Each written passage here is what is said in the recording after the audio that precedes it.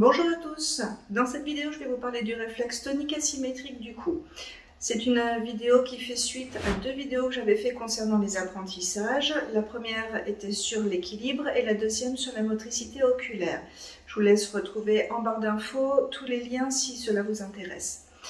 Donc le réflexe tonique asymétrique du cou, c'est un réflexe qui est présent chez le nourrisson, qui doit normalement disparaître aux alentours des 6 mois de vie.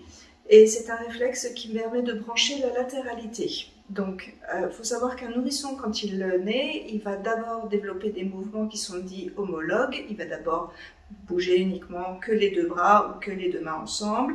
Ensuite, il va développer des mouvements homolatéraux. Donc, ces mouvements vont concerner bras et jambes du même côté.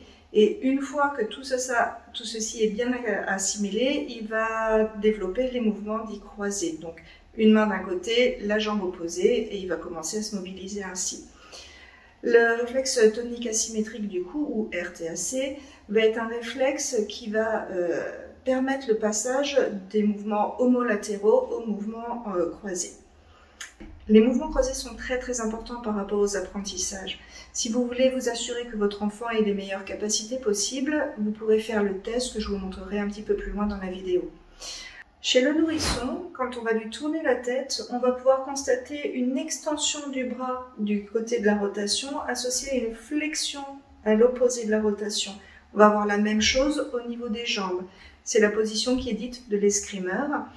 C'est un réflexe qui permet donc de mobiliser les mouvements sur la diagonale. À savoir, on voit bien qu'on a une extension du bras associée à une flexion à l'opposé sur la diagonale.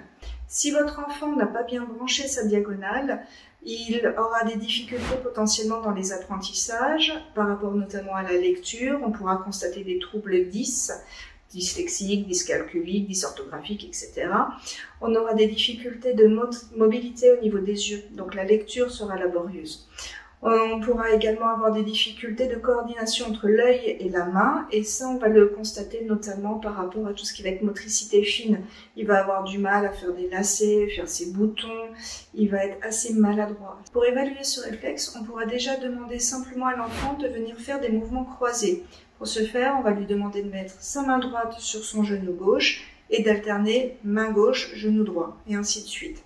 Quand le réflexe est bien intégré, on va voir que l'enfant est fluide dans le mouvement. Il ne va pas avoir besoin de réfléchir pour effectuer ces mouvements croisés. Lorsque l'on veut tester à proprement parler ce réflexe, on va demander à l'enfant de fermer les yeux, de tendre les bras en avant, d'essayer de garder les bras orientés vraiment devant lui. Et on va venir derrière et lui tourner la tête lentement d'un côté et de l'autre. Normalement, la nuque et le dos doivent être parfaitement dissociés. C'est-à-dire qu'on ne doit pas observer de rotation du tronc, on ne doit pas avoir les bras qui fléchissent, on ne doit pas avoir de mouvement dans les épaules, ni au niveau du bassin ou des jambes. Quand le réflexe n'est pas parfaitement mature, souvent on voit les épaules qui se tournent avec les bras qui dévient, ou un bras qui fléchit, qui tombe, qui perd de la force. Si vous avez constaté des difficultés chez votre enfant par rapport au croisement de la ligne médiane avec les mouvements croisés ou que ce soit sur le test du réflexe tonique asymétrique du cou, je vais vous proposer un petit exercice que vous pouvez faire chez vous pour essayer d'aider ce réflexe. Donc vous allez lui donner par exemple un objet à tenir dans la main et quand il va devoir tourner la tête, dans un premier temps on va exploiter le réflexe, donc on va aller dans le sens du réflexe. On va lui demander simplement de tendre le bras en direction de la rotation. Et on va pouvoir faire ça dans les deux sens. Après, il va falloir apprendre à dissocier, c'est-à-dire que, par exemple, si là, je tiens quelque chose de ce côté-là, la tête va tourner du côté de la flexion et on va tendre le bras à l'opposé. Donc là, on va devoir travailler la dissociation. Hop, on va être à l'opposé. Là, on est dans le sens du réflexe.